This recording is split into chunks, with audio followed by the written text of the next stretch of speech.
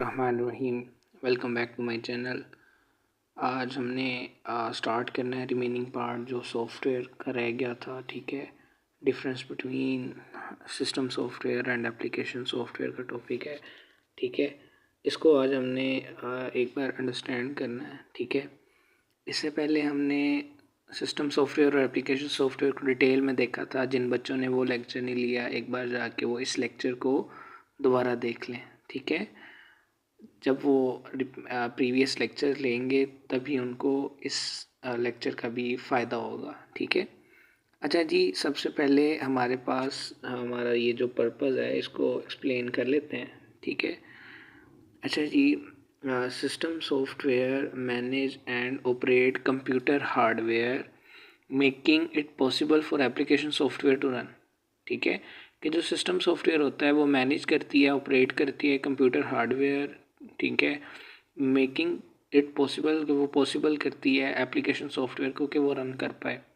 ठीक है, इसको एक डायग्राम के ज़रिए हम देखते हैं। डायग्राम के ज़रिए इसको देख लेते हैं। ठीक है, फॉर एग्जांपल ये देखिए, मैं डायग्राम बनाता हूँ। ये जो हमारा सिस्टम सॉफ्टवेयर है ये मैनेज कर रहा है। ठीक है, और ऑपरेट कर रहा है किसको? कंप्यूटर की हार्डवेयर को। ठीक है, और जो हार्डवेयर है वो फिर पॉसिबल बनाती है रन करने में किसको? एप्लीकेशन सॉफ्टवेयर को। ठीक है, एप्लीकेशन सॉफ्टवेयर को कलेक्टिवली हमारा सिस्टम सॉफ्टवेयर किसके पास जाता है? हार्डवेयर के पास, और हार्डवेयर आगे कमांड देती है और फंक्शन परफॉर्म करवाती है सिस्टम एप्लीकेशन सॉफ्टवेयर का। ठीक है, अच्छा, application software help the user to perform specific task. ठीक है, ये देखें दिस लाइन।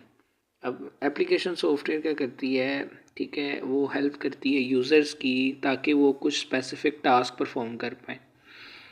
एग्ज़ाम्पल के बॉक्स में, ठीक है, एग्ज़ाम्पल के बॉक्स में system software include operating system and device drivers. ठीक है, जिस तरह मैंने बताया था कि जो सिस्टम सॉफ्टवेयर होते हैं उनके अंदर ऑपरेटिंग सिस्टम्स होते हैं और डिवाइस ड्राइवर्स होते हैं।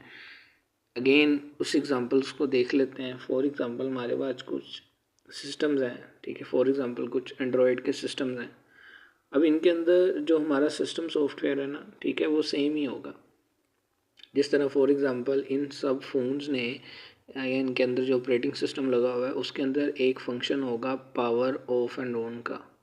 ठीक है, इनके अंदर कैमरा होगा बाय डिफ़ॉल्ट। ठीक है, इनके अंदर फ़्लाइट मोड का ऑप्शन होगा। ठीक है, तो ये हमारे पास होते हैं सिस्टम सॉफ्टवेयर।